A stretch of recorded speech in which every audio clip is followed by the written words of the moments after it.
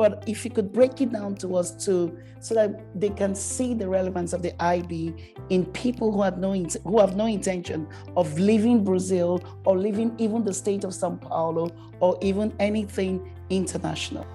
International mindedness can be lived without you leaving your community, without you leaving your school, right? To be, as you said, interculturally aware and also intraculturally aware.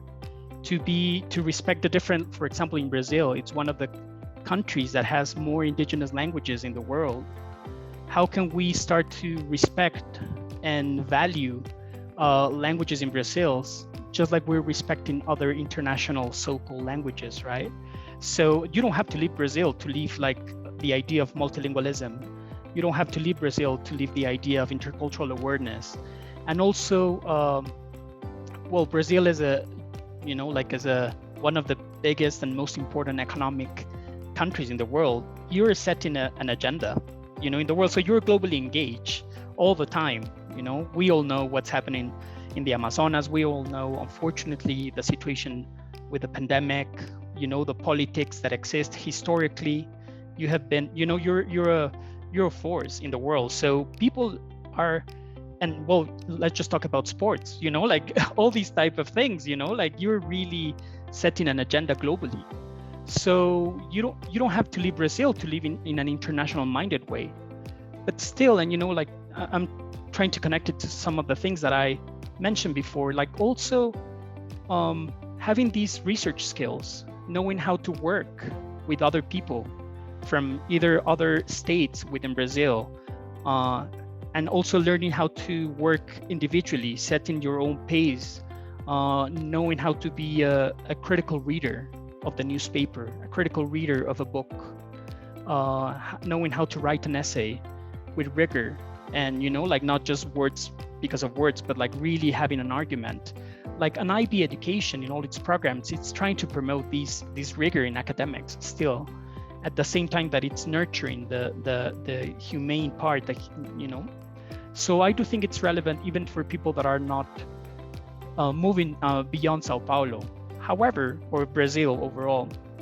But if some of these families or students are moving beyond their borders, it's also super useful because it's a program that it's recognized throughout the world. 159 countries as of today recognize in different universities and in different schools at least one of their IB programs.